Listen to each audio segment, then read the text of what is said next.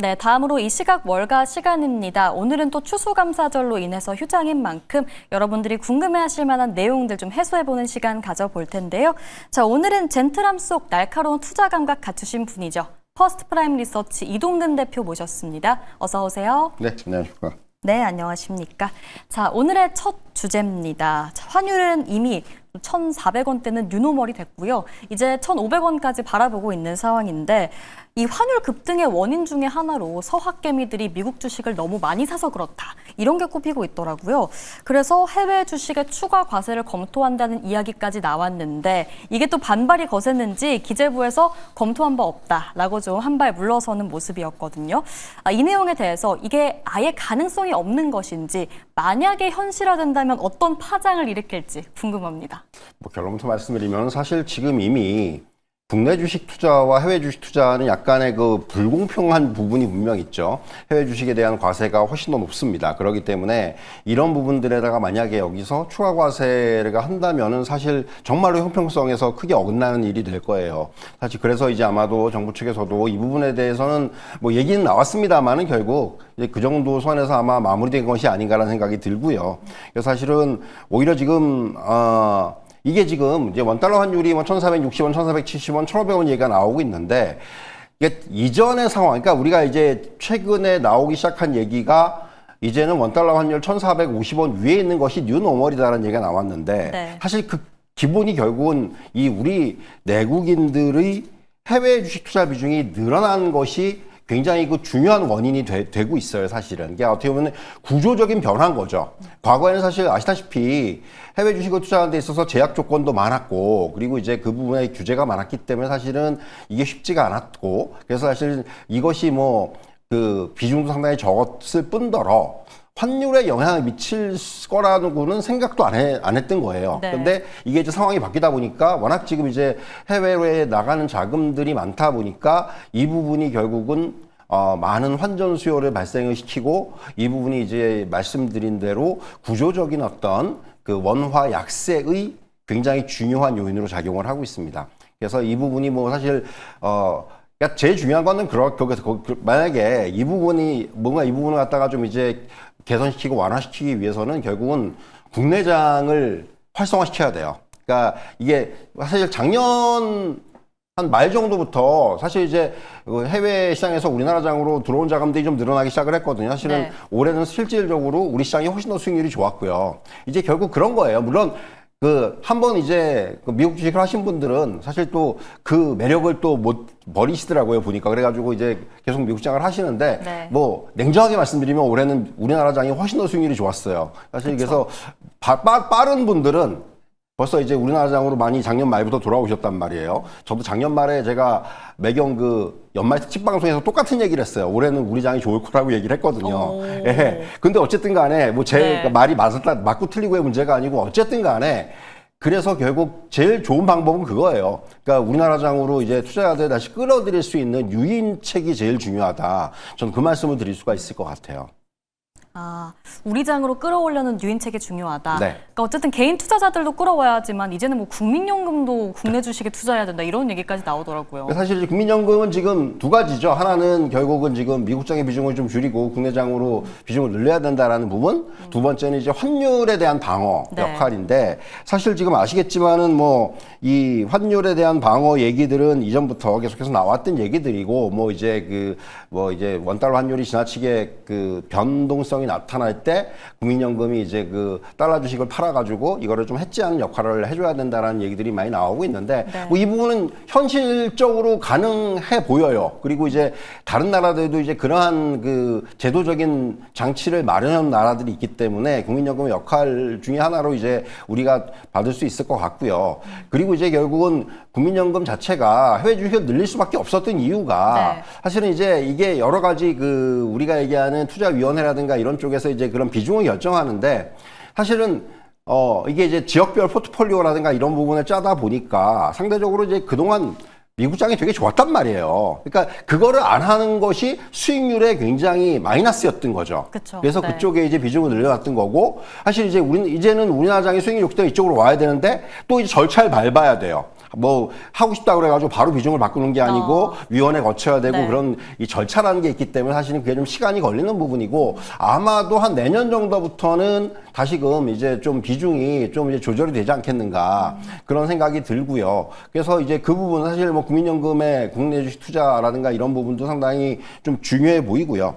그러니까 무엇보다도 저는 사실 원달러 환율 앞에서 이제 이제 국내 투자자들의 해외 주식 투자에 대한 부분도 말씀드렸지만은 또 하나는 지금 이 어떻게 보면 수출업체들이 달러 지금 어떻게 보면 돈 많이 벌거든요.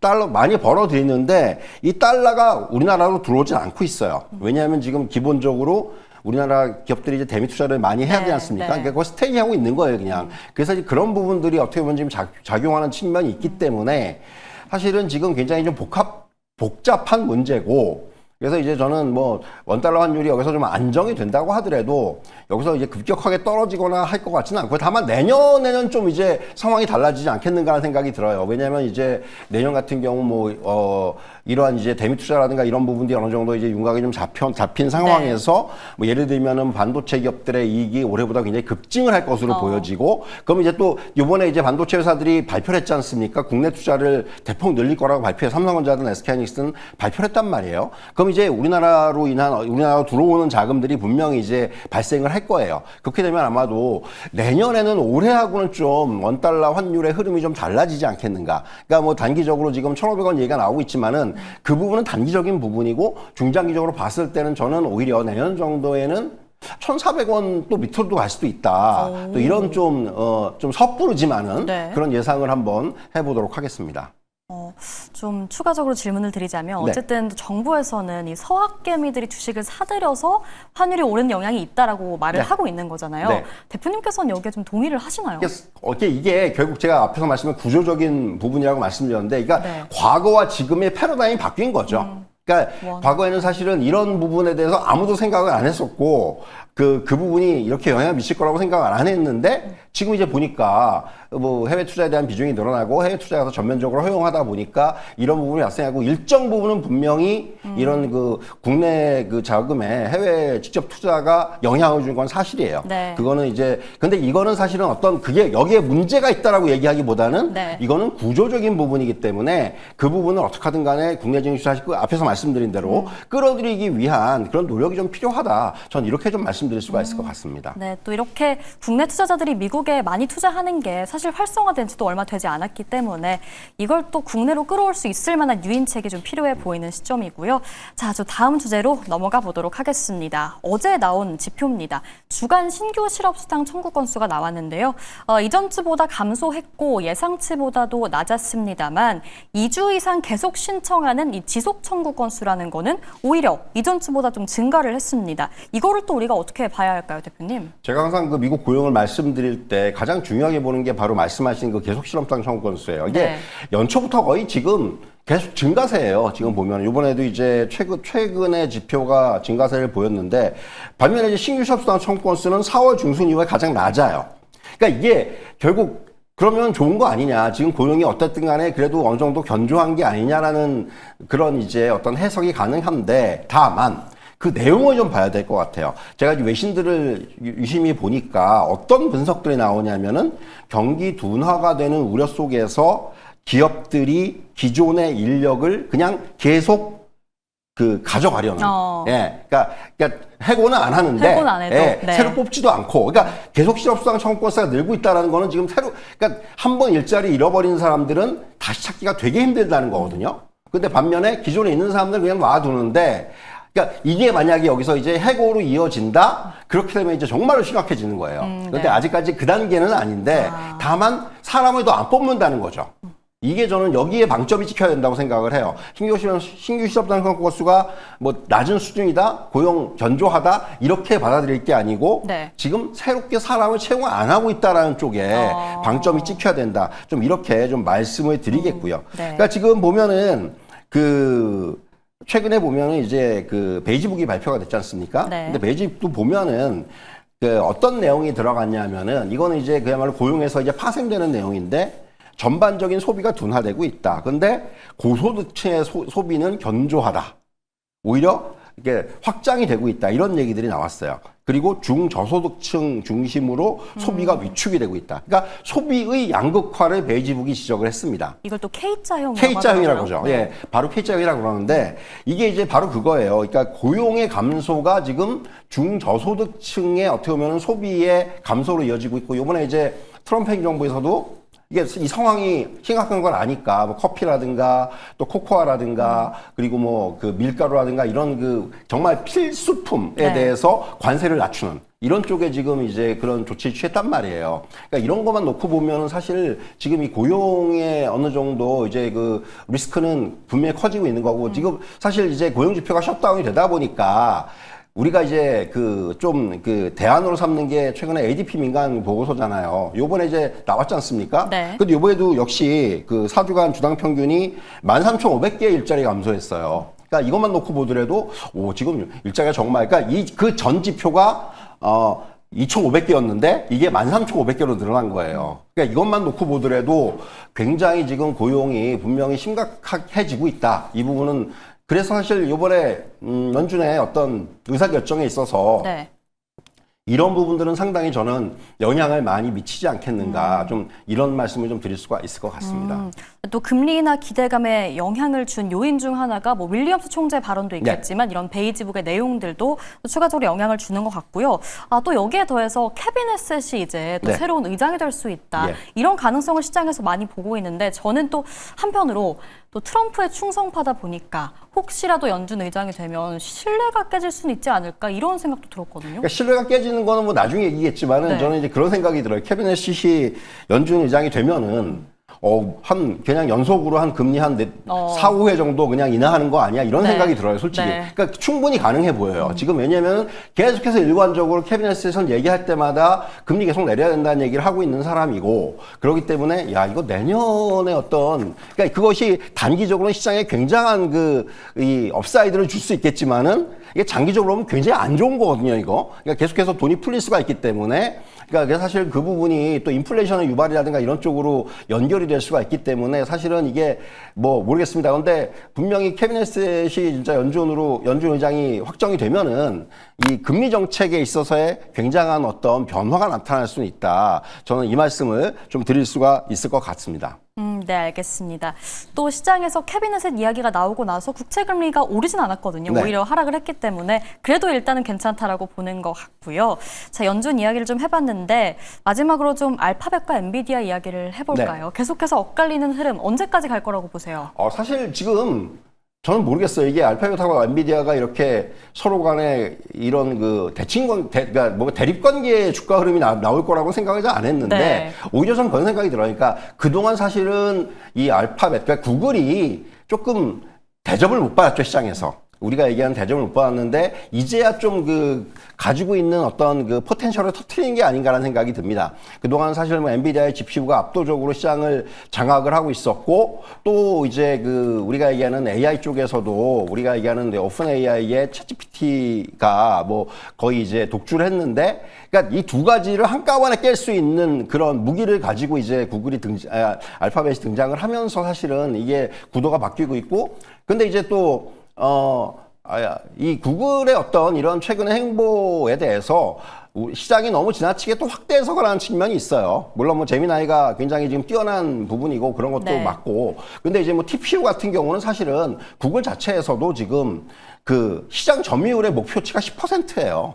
그건 무슨 얘기냐면은 그러면 엔비디아가 나머지 90% 여전히 가져간다는 얘기거든요. 그렇기 때문에 사실은 이거는 지금 엔비디아에 대한 이런 너무 지나친 우려라든가 걱정을 너무 할 필요는 없다고 생각을 해요. 결국은 중요한 것은 이제 구글이 시작으로 해서 우리가 얘기하는 이제 주문형 반도체 ASIC 시장이 굉장히 확대가 될 수가 있다는 거죠. 구글이 저렇게 하는 걸 보면은 다른 빅테크들이 여기에 이제 앞다투어 뛰어들 것이고 경쟁자들이 굉장히 늘어날 겁니다. 저는 오히려 그쪽에 포커스를 맞춰야 되는 거지 단순히 뭐 엔비디아냐 구글이냐 이건 이 양자 간에 고르는 거는 네. 별로 의미가 없다고 생각을 해요. 우리 시장 자체가 커지고 있기 때문에 사실은 아직까지는 저는 그렇게 뭐 이걸로 인해 가지고 해가지고 엔비디아가 엄청 타격을 받는다? 그건 어불성설이에요. 그래서 사실은 엔비디아 주가도 이제 또 이 환경이 좀 지나가면은 다시금 또 이제 제자리를 찾지 않겠는가. 전 이런 말씀을 좀 드릴 수가 있을 것 같습니다. 네, 또 알파벳과 이 엔비디아의 관계에 있어서 뭐 양자택일이라던가 승자독식의 구조는 아직까지 좀 단언하기는 이르다라는 말씀을 주셨고요. 자, 그럼 또 이어서 오늘 가져오신 종목을 살펴봐야 할 것 같은데 오늘 휴장이지만 또 우리의 투자에 대한 고민은 좀 계속 되어야겠죠. 우선 종목 리뷰로 시작을 해볼까 합니다. 오늘 어떤 종목 다뤄볼까요, 대표님? 예, 브리스톨 마이어스 퓨인데 지금 말씀드린 지 얼마 안 됐는데 벌써 한 10% 정도 상승을 했어요. 사실 이제 이 회사는 계속해서 최근에 주가가 바닥이라는 얘기들이 많이 나오고 있어요. 지금 일봉은 이런데 이게 주봉이나 월봉으로 보면 사실은 그쯤에 주가가 많이 빠져 있습니다. 거의 이게 월봉상으로 보면은 81불이 그 고가인데 거의 반토막이 나 있죠. 네. 그래서 사실은 지금 주가가 거의 바닥권에 있다고 보시면 돼요. 그런데 이제 거기서 이제 서서히 좀 올라오고 있는데 이번에 실적이 굉장히 좋았고 그리고 일단 지금 IB들이 목표가를 계속해서 올리고 있다라는 부분, 목표가 지금 $60 이런 식으로 올리고 있다라는 부분, 이런 것들을 볼 때 저는 충분히 지금 제가 제시해드린 목표가는 충분히 넘었을 것으로 예상이 되고, 그래서 보유하고 계신 분들은 사실은 조금 더 가져가 보셔도 되는 지금 그러한 자리가 아닌가, 좀 그렇게 좀 말씀드릴 수가 있을 것 같습니다. 네, 오늘 브리스톨 마이어스 리뷰를 해봤고요. 지금 $49대에 올라와 있는데 목표가인 $55까지 계속해서 홀딩 해보자고 좀 말씀을 주셨습니다. 자, 그럼 이어서 오늘의 종목 바로 살펴볼 텐데요. 자, 오늘 모아가는 종목부터 볼게요. 어떤 종목이죠? 예, 존슨 컨트롤즈 인터내셔널인데요. 사실 이거는 여러 냉난방 공조라든가 건물 관리 전문 회사예요. 그러니까 우리가 얘기하는 빌딩 자동화 시스템이라고 하는데 BAS라고 그러는데 이것을 이제 경쟁력으로 가지고 있고 이 독자적인 플랫폼 그 메타시스라는 플랫폼을 통해서 공조라든가 조명이라든가 보안이라든가 화재 같은 부분들을 하나의 인터페이스로 융합을 시켜서 제어를 시키는 이런 이제 시스템을 가지고 있다 이렇게 말씀드릴 수가 있겠고요. 최근에는 이제 생성형 AI를 탑재해서 완전히 이제 자율 운영을 할 수 있는 단계까지 지금 진화를 하는 이제 그런 지금 그 회사라고 보실 수가 있을 것 같아요. 주가 자체는 최근에 조금 이제 상승을 했다가 지금 눌림목 자리에 있고요. 그래서 이 종목은 말씀드린 대로 계속해서 이제 이러한 그 빌딩 관리 시스템 쪽에서는 굉장히 좀 그 높은 기술력을 갖고 있기 때문에 한 주 1회 정도의 주기로 3년 정도 기간을 보고 모아가는 그런 종목으로 제가 말씀드리겠습니다. 네, 참 AI가 안 들어가는 곳이 없는 것 같습니다. 오늘의 모아가는 종목 존슨 컨트롤스 인터내셔널이고요. 주 1회 목표 주기는 3년으로 잡아보겠습니다. 자, 바로 이어서 도전 종목 보겠습니다. 어떤 종목일까요? 네, 인투이트라는 회사입니다. 미국인들의 그 필수 세금 신고 소프트웨어가 터보텍스인데 이거를 이제 이거를 운영하는 회사가 그 인투이트고요. 그러니까 실적 자체도 1분기 실적이 굉장히 잘 나왔고 그리고 이제 온라인 쪽에서의 어떤 지속적인 그런 그 성장이라든가 그리고 중소기업이라든가 이런 쪽에서의 비중 확대 이런 것들이 이제 주가의 상승 원동력이라고 할 수가 있겠고 지금 플랫폼을 터보텍스부터 해가지고 여러 플랫폼을 가지고 있는데 전부 AI 도입을 해가지고 가장 빠르게 지금 AI를 실생활에 쓰고 있는 회사 중에 하나가 이 인투이트라는 회사예요. 그래가지고 굉장히 편리하게 그리고 신속하게 일을 처리할 수 있는 이런 부분들을 지금 도입을 하는 회사가 인투이트고 오픈 AI하고 아예 $1억 규모의 파트너십을 체결했죠. 네. 그래서 이제 AI 생태계의 확장을 본격화하고 있는 회사라고 할 수가 있겠고 그리고 이제 신용평가 솔루션 업체라든가 이메일 마케팅 업체라든가 이제 다각도의 어떤 M&A를 통해서 사업 영역의 확대라든가 그리고 이제 추가 성장 동력의 확보라든가 이런 부분들도 추구를 하고 있습니다. 골드만삭스가 최근에 목표가 $860까지 상향을 했어요. 그게 상당히 좀 지금 가격에 비해 상당히 위에 있다고 볼 수 있겠고 매수가는 지금 정도의 가격 $629, $630 정도 그리고 목표가 $750 손절가는 $600로 제시해 드리도록 하겠습니다. 네, 인투이트 매수가 629에서 $630, 목표가 750, 그리고 손절가는 $600인데요. 대표님, 이 종목이 세금 보고 또 환급 서비스 소프트웨어면 네. 연말에도 좀 더 갈 수 있나요? 그렇죠. 이제 이 종목은 꼭 그렇지는 않아요. 연중 이제 비슷한 주가 흐름을 가지고 있고, 네. 그러니까 미국의 세금 신고가 우리나라하고 제가 알기로는 다른 걸로 알고 있어요. 그래가지고 그렇군요. 이게 조금 그런 부분들이 있기 때문에 사실 이 종목은 어떤 특정 시즌보다는 굉장히 좀 그 견조한 흐름을 보인다. 이렇게 좀 말씀드릴 수가 있을 것 같습니다. 네, 알겠습니다. 또 많이 빠져있는 종목이었습니다. 인투이트 투자 전략 참고해 보시면 좋을 것 같습니다. 네, 오늘 저희가 준비한 내용은 여기까지입니다. 오늘은 추수감사절 휴장이고요. 저희는 내일 이 시간 다시 찾아뵙겠습니다. 함께해 주셔서 고맙습니다.